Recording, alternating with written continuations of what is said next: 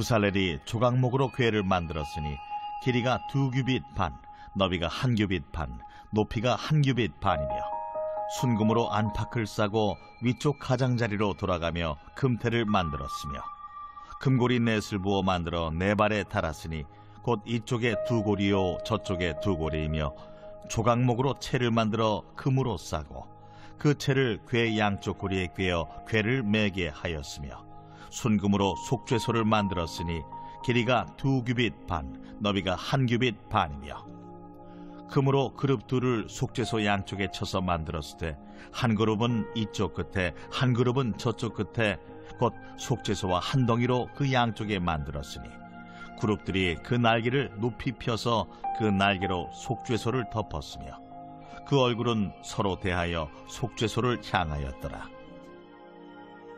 그가 또 조각목으로 상을 만들었으니 길이가 2규빗, 너비가 1규빗, 높이가 1규빗 반이며 순금으로 싸고 위쪽 가장자리로 돌아가며 금태를 둘렀으며 그 주위에 손바닥 넓이만한 턱을 만들고 그 턱 주위에 금으로 태를 만들었고 상을 위하여 금고리 넷을 부어 만들어 네 발 위 네 모퉁이에 달았으니 그 고리가 턱 곁에 있어서 상을 매는 채를 꿰게 하였으며 또 조각목으로 상맬 채를 만들어 금으로 쌌으며 상 위에 기구 곧 대접과 숟가락과 잔과 따르는 병을 순금으로 만들었더라.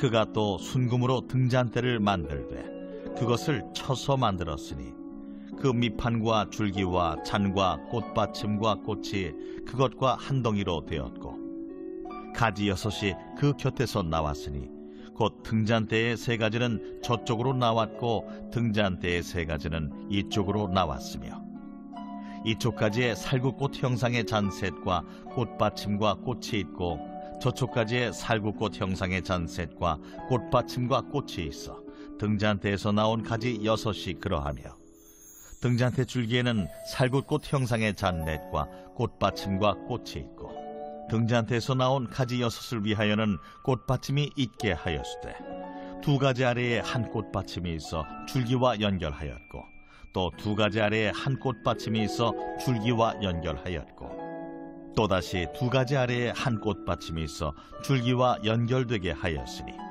이 꽃받침과 가지들을 줄기와 연결하여 전부를 순금으로 쳐서 만들었으며 등잔 7과 그 불집게와 불똥그릇을 순금으로 만들었으니 등잔대와 그 모든 기구는 순금 1달란트로 만들었더라. 그가 또 조각목으로 분향할 제단을 만들었으니 길이는 1규빗이요 너비도 1규빗이라 네모가 반듯하고 높이는 2규빗이며 그 뿔들이 제단과 연결되었으며 제단 상면과 전후 좌우면과 그 뿔을 순금으로 싸고 주위에 금태를 둘렀고 그 태 아래 양쪽에 금고리 2를 만들었을 때 곧 그 양쪽에 만들어 제단을 매는 채를 꿰게 하였으며 조각목으로 그 채를 만들어 금으로 쌌으며 거룩한 관유와 향품으로 정결한 향을 만들었을 때 향을 만드는 법대로 하였더라. 오늘도 등굣길에서 출근길에서 또 다양한 삶의 자리에서 아침을 여는 묵상으로 주님과 함께 동행하는 삶 시작하고 계시는 교우 여러분, 주님 이름으로 여러분들을 축복합니다. 함께 기도하며 묵상을 시작합니다.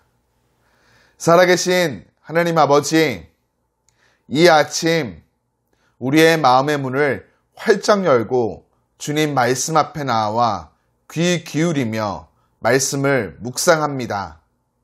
말씀을 통해 주님의 깊으신 뜻과 계획을 발견하게 하시고 그 안에서 주님의 섭리의 손길을 따라 옳은 길 걸어갈 수 있도록 친히 인도하여 주옵소서.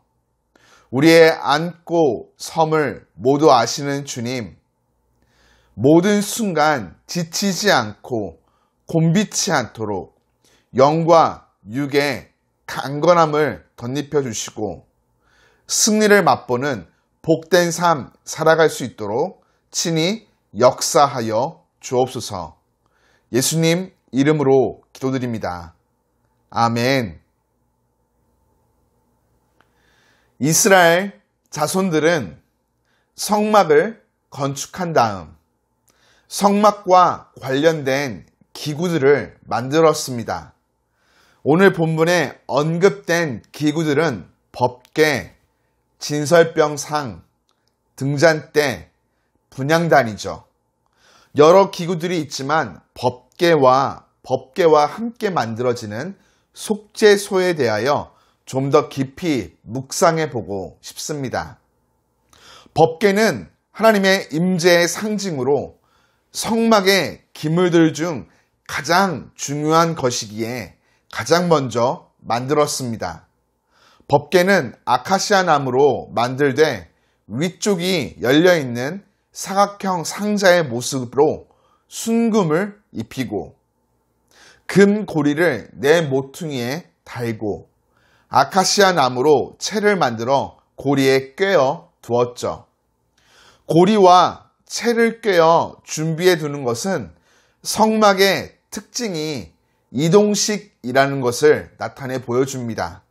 언제든 하나님께서 가자고 하시면 출발하고 멈추자고 하시면 그곳에 진영을 형성하기 위함이었죠.